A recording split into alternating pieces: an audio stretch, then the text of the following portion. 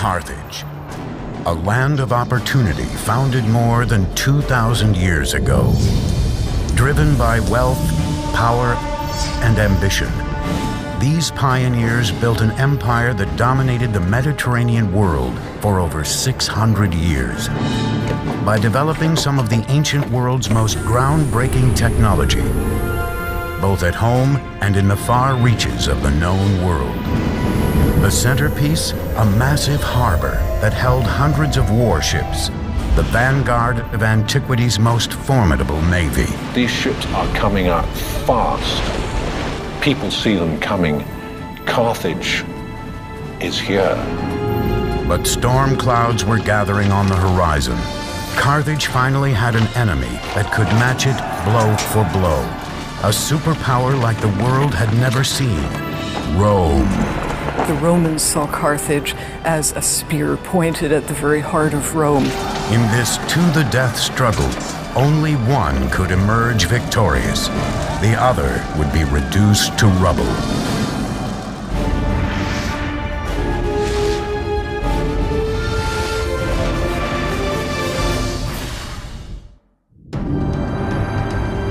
Bloodshed, massacre, brilliant feats of engineering, and acts of suicidal bravery will mark the collision between the ancient world's two greatest superpowers, Rome and Carthage.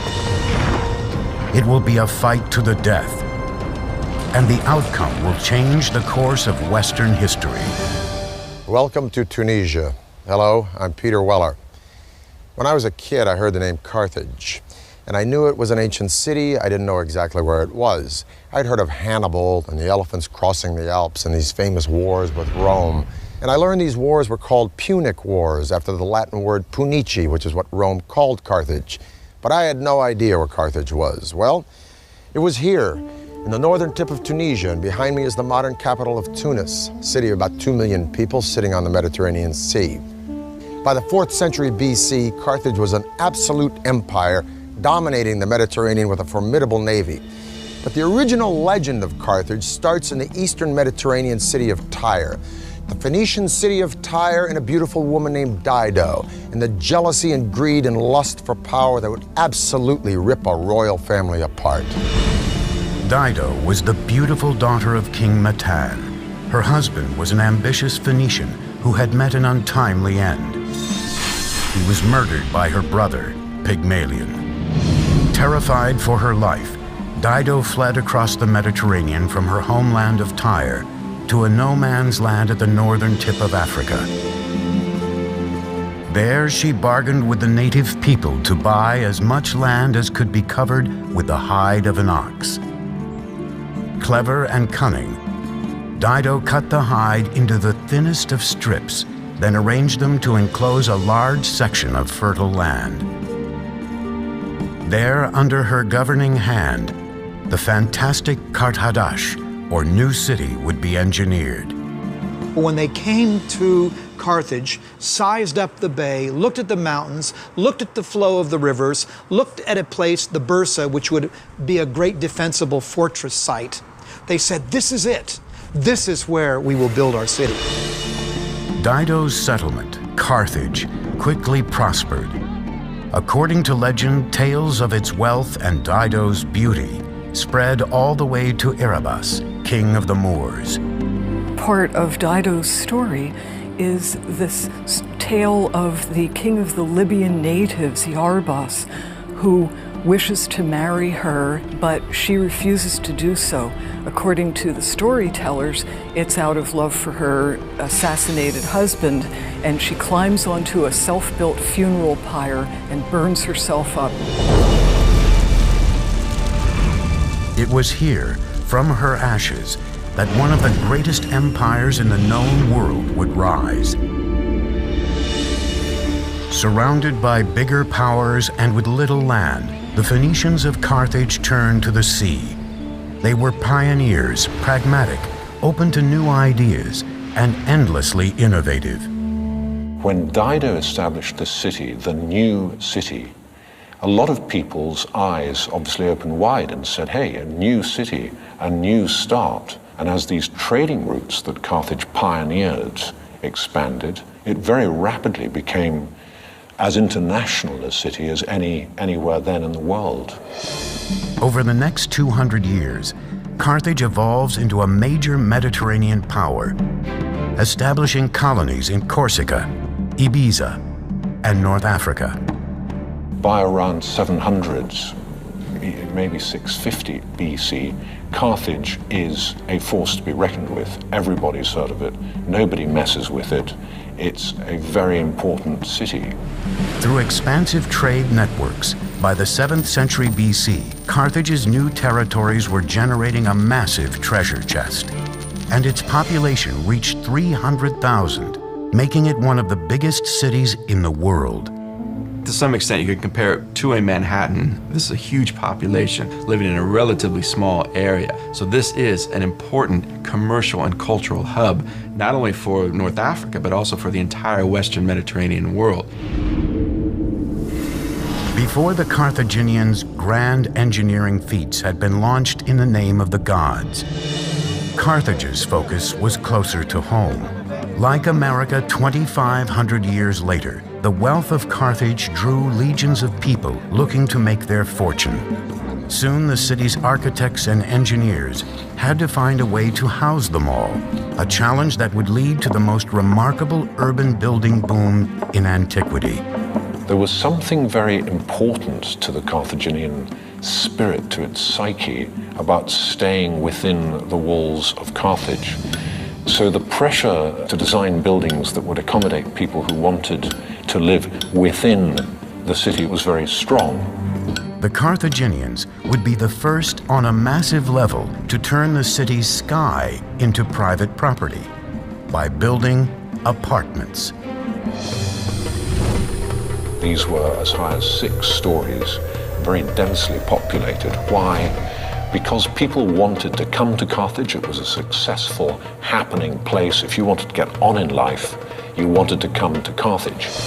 To build a city for the ages, first they would need materials with which to build it. The answer was located at El Hawariya on Tunis Bay. There in these remote quarries was a seemingly endless supply of limestone that was both easy to work with and quick to put up. Limestone is the perfect choice for building, and there were limestone depositions geologically in that area, in that basin, very close at hand. Archaeologists speculate that, like the Egyptians before them, the Carthaginians cut each block of stone using the simplest of means: water and wood. After they've chiseled a dotted line channel along the face of a rock, they take a wooden wedge, stick it in there, if it's deep enough, and then wet the wood. And what will happen naturally is the wood will expand with the water, and then it'll naturally crack the stone. The increased pressure from the expanding wood caused the stone to crack in almost perfect lines. From there, workers separated each block using crowbars and other tools. Once the massive blocks of stone were quarried and transported to the city, the Carthaginians used pier and panel style construction to quickly transform Carthage into a dynamic capital. It's very clear that by using stone in the first place, they weren't ready to pick up and go elsewhere. They were looking down the long term. For each metropolis to survive, it needs a constant source of running water. Carthage was no different, so the ancient city engineers turned to cisterns, like this. Each cistern was made of a double layer of eggshell, ash, and clay, made the cistern absolutely watertight. Every home enjoyed access to a cistern through a series of pipes and channels. Carthaginians had fully equipped bathrooms with tubs and sinks and even showers years before ancient Rome. And we have clear evidence way before the foundation of Carthage of domestic plumbing. But it is Carthage by 600 BC or thereabouts, and certainly Carthaginian town of Kirkuane by 450 BC, that we have the first evidence of a unified system of water usage and, critically, sewage. Any fool can put in a bathroom, but the question is what to do with the waste water. And at Kerkeween you see very clearly a unified single system that has piped water to the rooms that need it, the kitchen and the bathroom, but then piping the wastewater out to a common sewage system. This was evolutionary, yes, but it is also typically Carthaginian because it's also revolutionary. By the 6th century BC, Carthage was growing into a true city-state, brimming with magnificent temples, glittering palaces, and high-rise houses. But as Carthage's flame burned brighter, the flame of their Phoenician cousins was burning out. The great Phoenician city of Tyre fell to the Babylonians in 574 BC. Carthage was now on its own. Before long, the Carthaginians would sail beyond the dusty shores of North Africa, continuing to expand their empire by conquering the seas. 520 BC, 3,000 oars propel 60 ships through the Pillars of Hercules, known today as the Straits of Gibraltar. Hanno the Navigator, the great admiral of Carthage, is sailing to the edges of the known world. He is preparing to launch a power play that could lead to total domination of the Mediterranean. So every great explorer, Christopher Columbus, Vasco da Gama, who sailed off into the unknown, seems to me a very strong parallel for the original and best of them, Hanno the Navigator. Hanno set sail to extend the boundaries of the Carthaginian network of colonies and exchange, not mere trading activities, but planting whole cities of new settlers to maintain control of land and access to its resources. Carthage's technical prowess on the seas has brought it power and wealth. By the 6th century BC, the islands of Corsica, Sardinia, and the Balearic Islands are now under its control. The hub of its power flows from a marvel of engineering, the harbor of Carthage. This is the absolute pinnacle of Carthaginian engineering. Although records are shaky, archaeologists believe it may have been constructed as early as the days of Hanno. But at the height of her power, in the 2nd century BC, the harbor of Carthage was transformed, technologically superior to any maritime facility in the world, and the very lifeblood of Carthage. It was part of Carthage, it was the heart of Carthage, it was the lungs of Carthage, it was everything to Carthage, both naval and commercial. The harbor had a common entrance from the sea that was 70 feet wide, which could be closed with iron chains. Inside its gates were 2 separate marinas, the first for the traders and merchant vessels.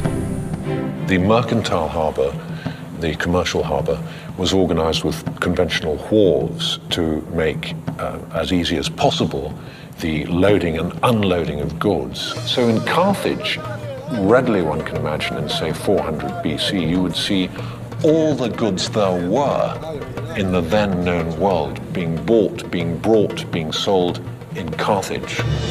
The second, a circular harbor, was designed for military use. A series of 30 docks were arranged symmetrically. Another 140 additional berths radiated out on the perimeter of the circular port, allowing the entire harbor to hold 220 boats. Today, a lone dry dock has been excavated, a reminder of the strength the harbor once commanded.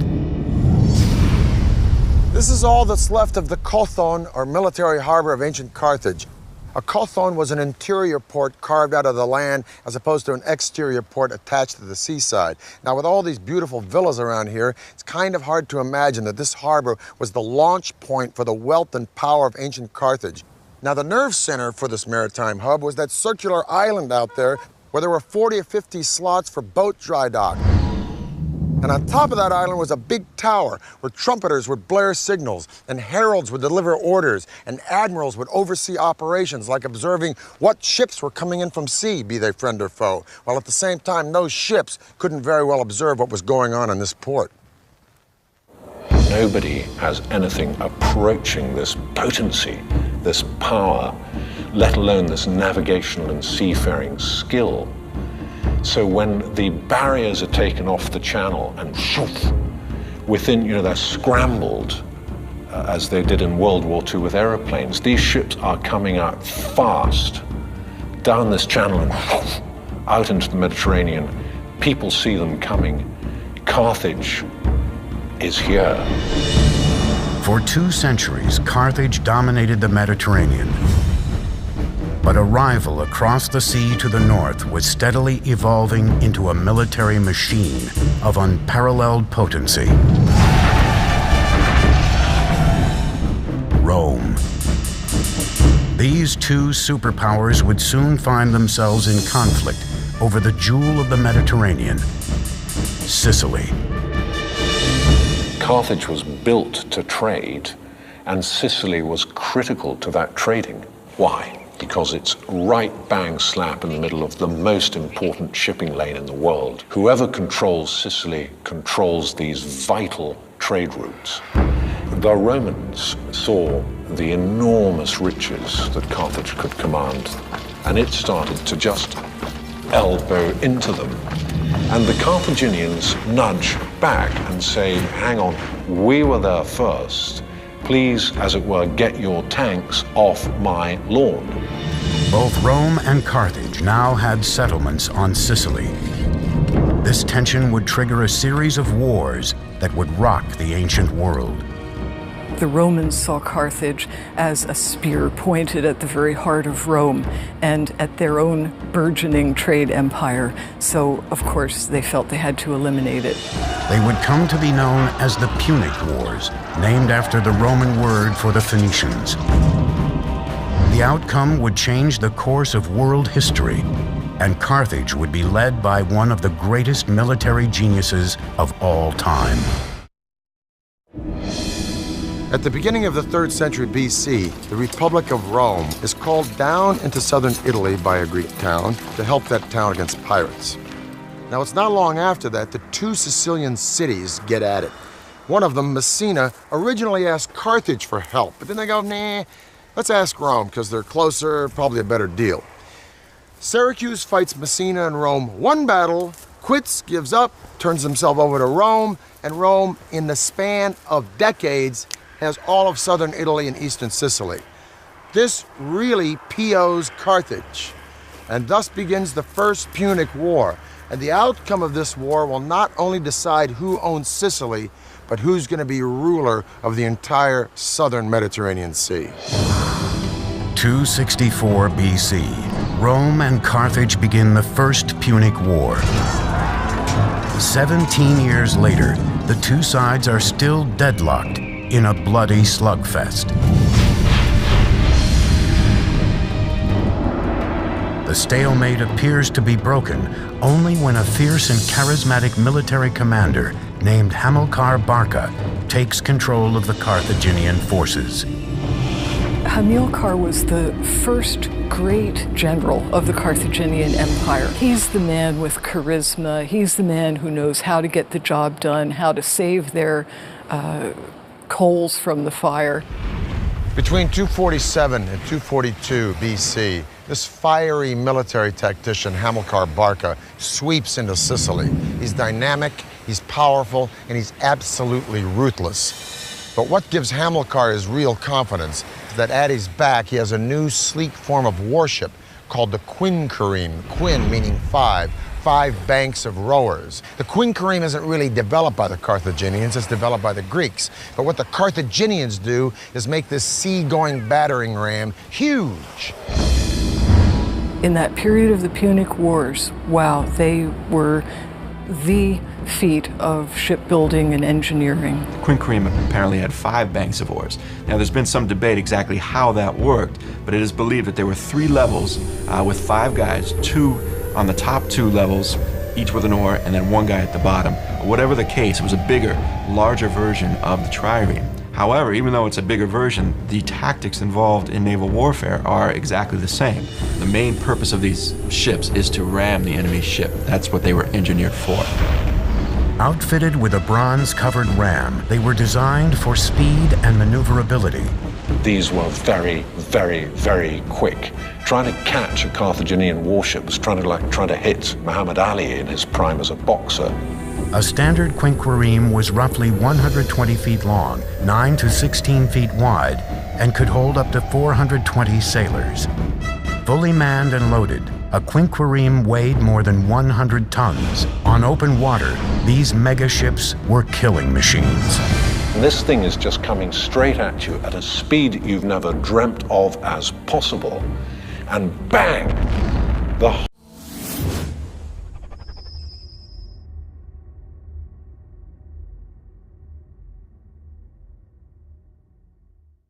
whole of your boat shakes, your ship shakes, and you start to sink.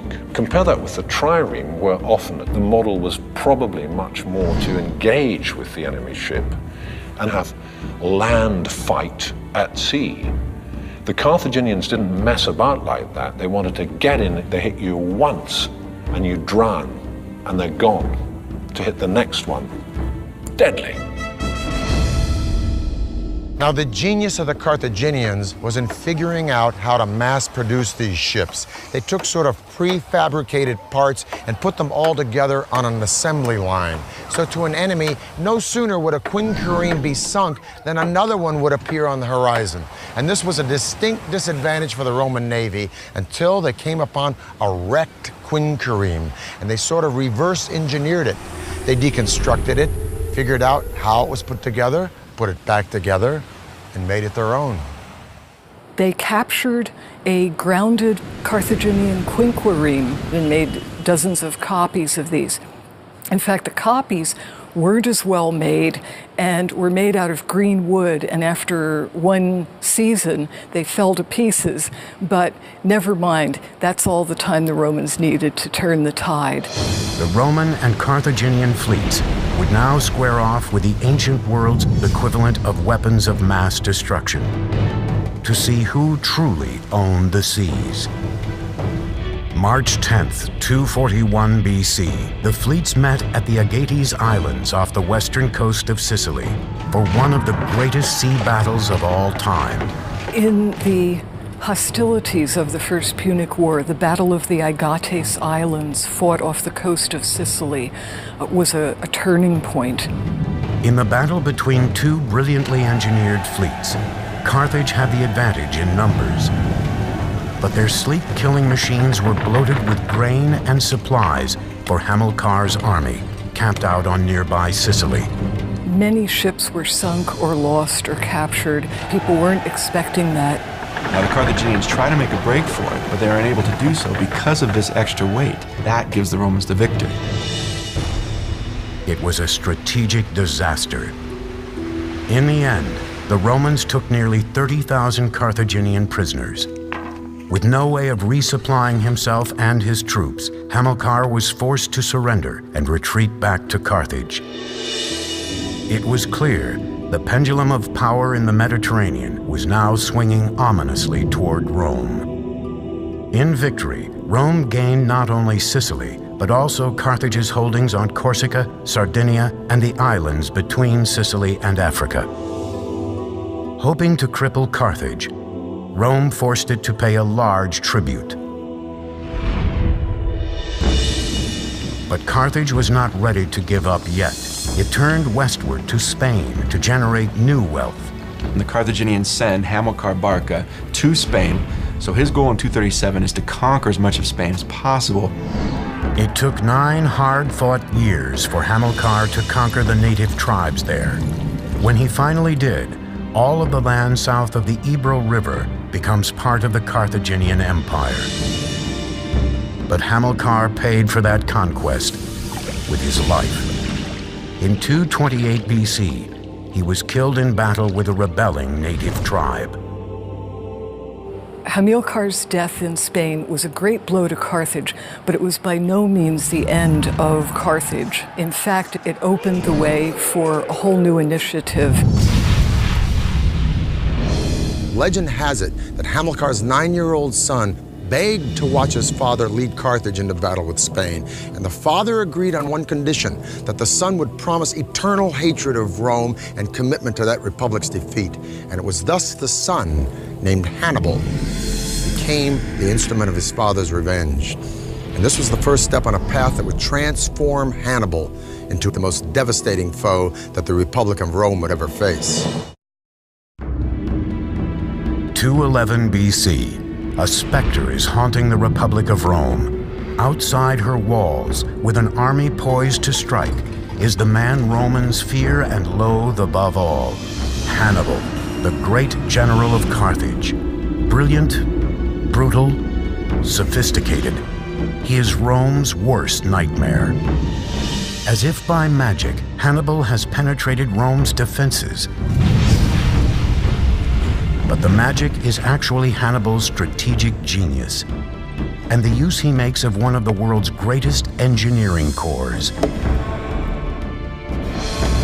There's no doubt in my mind that Hannibal wasn't one of the greatest generals in history. I think demonstrably he is the greatest general in history. Hannibal's genius is born of a near religious zeal to destroy Rome, handed down to him by his father. In 221 BC, he was given the tools to do it. At the age of 26, he took command of the Carthaginian army. Hannibal was certainly Hamilcar's son. He was a crafty politician, a brilliant strategist and military man, but his real genius was in knowing when to use all of the great engineering developments that Carthage had at its disposal. As a commander of ironclad courage, he would launch one of the most stunning campaigns of aggression the world had ever seen. Rome had gained control of the Mediterranean, meaning Hannibal could not reach his enemy by sea.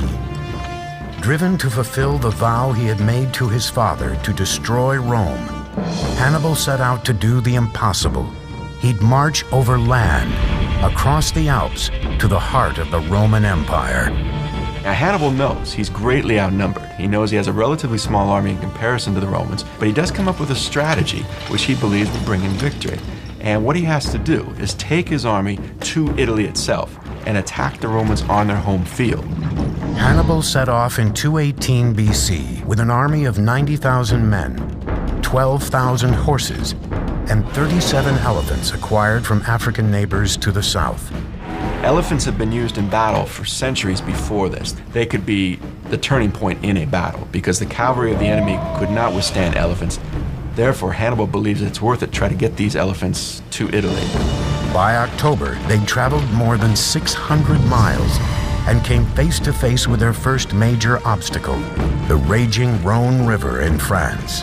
Even at its narrowest, shallowest time of the year, the Rhone River is still going to be somewhere between 100 to 150 to 200 meters wide. It's going to be daunting to all of Hannibal's field engineers.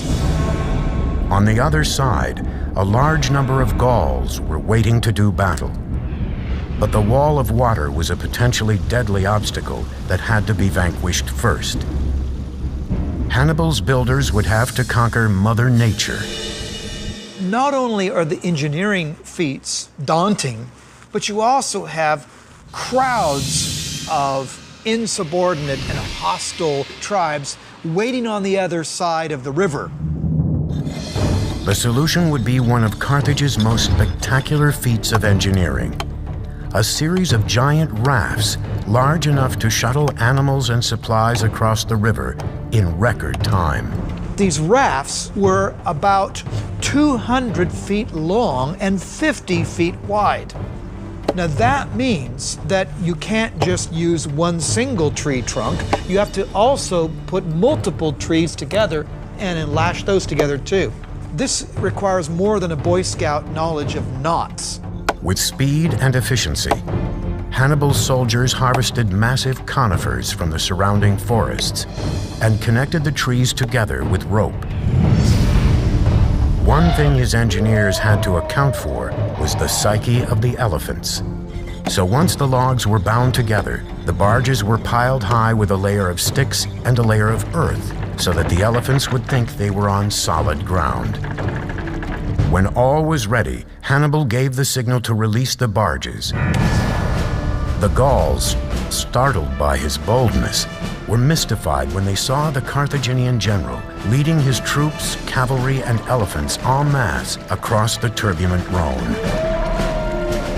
When he arrived at the river's opposite bank, the Gauls broke in panic and fled without striking a blow. The entire operation took a little more than 9 days. I think the crossing of the Rhone in such a short space of time using rudimentary equipment is one of the great achievements of military history. And people slightly forget the small engineering miracles that made all this possible. Hannibal and his army continued on and made their way to the foot of the Alps. With winter looming, the troops were starving and exhausted. As they ascended, they confronted another seemingly impossible obstacle: giant boulders. Hannibal's engineers devise a plan that would allow the troops not just to go over, but through. The stratagem of crossing the Alps certainly shocked the people of Italy. No one expected an army with elephants to make it across. And although the Alps may have seemed in places impassable, this idea of breaking up the mountains themselves to create a pathway to get your pachyderms across was a brilliant idea. Now, how did Hannibal get his men, not to mention all those elephants, up, over, around, or through these giant boulders? Well, according to the Roman historian Livy, he came up with an ingenious plan along with his engineers that would literally move mountains. They cut big crevices through these boulders, and then they got wood from the surrounding forests. They'd wrap these boulders in the wood, and when the wind was right, they'd torch the wood. The rocks would heat up, and just when they were hot enough, they'd pour boiling vinegar into the crevices, which would shatter or melt the rocks such that his men could break them apart with iron implements. Now, what was Hannibal doing up in the Alps with all this vinegar? Well, if this is true, and we like to think it was, otherwise how did he get across the Alps? It speaks volumes to the genius of this brilliant general.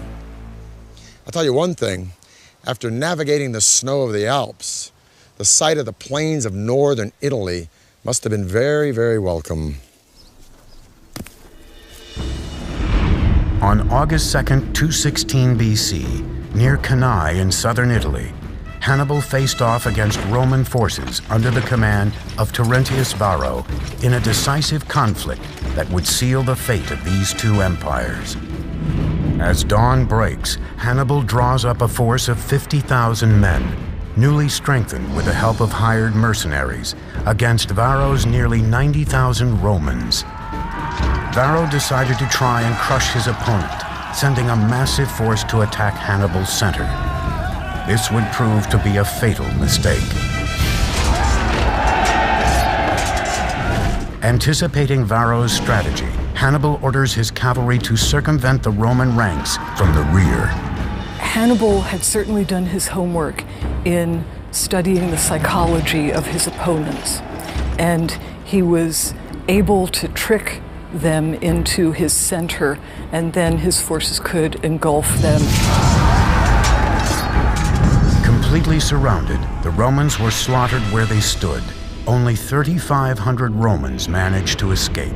10,000 were taken prisoner, and 70,000 were left dead on the battlefield. At the Battle of Cannae, the single greatest defeat ever inflicted on a Roman army throughout its entire history. And of course, we have to go to World War I to find a scale of slaughter as big. Cannae was a masterpiece of military strategy, but Hannibal was unable to capitalize on his string of victories. He fought on for another 13 years, mounting siege after siege on Rome and its surrounding cities. But ultimate victory remained elusive. He could defeat them in the field, but he lacked the proper weapons to take on the Roman capital. In 204 BC, Rome went on the offensive and launched an attack on Carthage. Hannibal finally returned home to muster its defense. In 204 BC, Scipio Africanus, who had already beaten the Carthaginians in Spain, convinced Rome to let him go around Hannibal altogether and attack Carthage directly. Hannibal was recalled to his city to defend it. Now, these two heavyweights met and spoke. We have no idea what they said to one another. It's lost to history. In 202 BC, they met again at the Battle of Zama. And Hannibal was defeated, and he was forced to surrender to an enemy that he'd spent his entire life trying to destroy. He would not fulfill his father's wishes. He was exiled from Carthage, and years later, near present-day Turkey, he committed suicide. Carthage's defeat at the end of the Second Punic War forces the empire to submit yet again to Roman terms. They are forced to surrender in 202 BC. The Romans again impose very harsh peace terms on the Carthaginians, meaning, first of all, they must again pay an indemnity, a tax to the Romans. Also, the Carthaginians lose their overseas territories, meaning their territory is now confined to areas just around Carthage itself. One last very important part of this treaty was that Carthage could not fight a war, any war, even a defensive war, without Rome's okay. With Carthage stripped of its military might, the field was now open for the Roman army to begin its unstoppable conquest of the ancient world. And their first major target would be the wounded city of Carthage. All that stood in the way was the ancient world's strongest fortifications. 150 BC. Marcus Porcius Cato, a Roman orator and the great-grandfather of Julius Caesar's famous enemy, walks the halls of the Roman Senate, but he is oblivious to his surroundings. For him, there is only one thing on his mind: Carthage. Cato was only too well aware of the strategic position of Carthage. He could see that as long as Carthage was an independent stronghold, it was too close to Sicily and Italy to be allowed to harass shipping or maintain a military presence. He wanted it completely wiped out. Now in Carthage, Carthage's one-time ally and neighbor, Numidia, starts to encroach on southern Carthaginian territory. Carthage feels obliged, and rightfully so, to defend itself, but there's a caveat. Since the Second Punic War, Carthage has promised Rome never to take up arms against anyone whatsoever without the consent of Rome. Rome sends a commission down to arbitrate this beef between Numidia and Carthage, and one of the deputies on that commission is Cato. And when Cato sees the prosperity with which Carthage has bounded back since the Second Punic War, he goes right back to Rome. He rails against the Senate that this prosperity means one thing and one thing only: Carthage is going to be at our doorstep with arms in no time. No matter what speech he makes, roads, politics, taxes, he always ends with ceterum censeo Carthaginem esse delenda, which means, furthermore, I say Carthage should be destroyed. Now, Carthage, feeling it's going to be annihilated, no help from Rome, takes up arms. Rome sends an army down to Carthage. Rome tells Carthage, you have to abandon and evacuate your city. Carthage refuses. Thus starts the Third Punic War. But now Rome has got a problem, because the strongest fortifications in all of antiquity at that time are the walls of Carthage. Today, time has reduced the fortress to its foundations, but in 149 BC, these protective walls were the city's last hope. It was a three-part wall system with massive stone circuit wall. It covered a huge extent and was thought to be unbeatable. A wonder of the world, those Carthaginian walls, and the Carthaginians trusted them. The wall had a circumference of 23 miles and a series of 3 protective layers.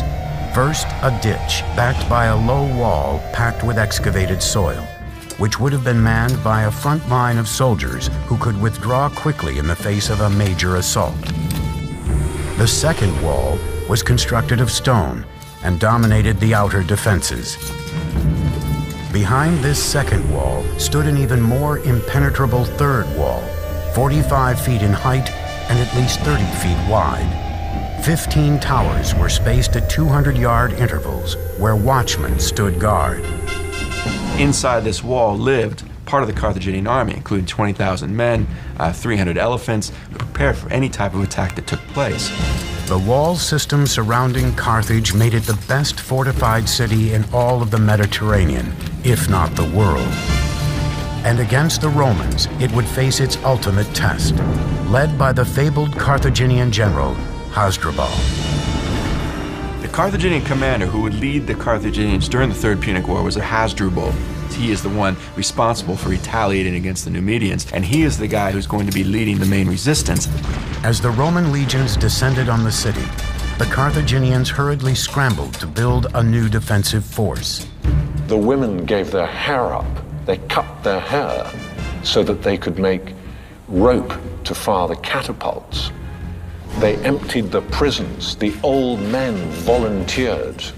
People who hadn't been blacksmiths for 20 years said, "I'll try again," and they rearmed themselves in an explosion of intent and determination that we really have to go to the siege by the Germans of Stalingrad to see again. In 2 months of frenzied work, they produced 6,000 shields, 18,000 swords, 30,000 spears, 120 ships, and 60,000 catapult missiles. Despite the arsenal Carthage had assembled, Rome had sent an overwhelming force. The city was alone, facing its own destruction. There was no area left alone without Rome or Roman allies, with none of the colonies in a position to stand up to Rome. Carthage was left on her own. The city hunkered down behind its immense fortifications, hoping against all odds that their walls would repel the impending Roman invasion. Carthage held off the Roman attack for 3 years, and even in the last days after the Romans broke through the walls, it took 7 days before they could get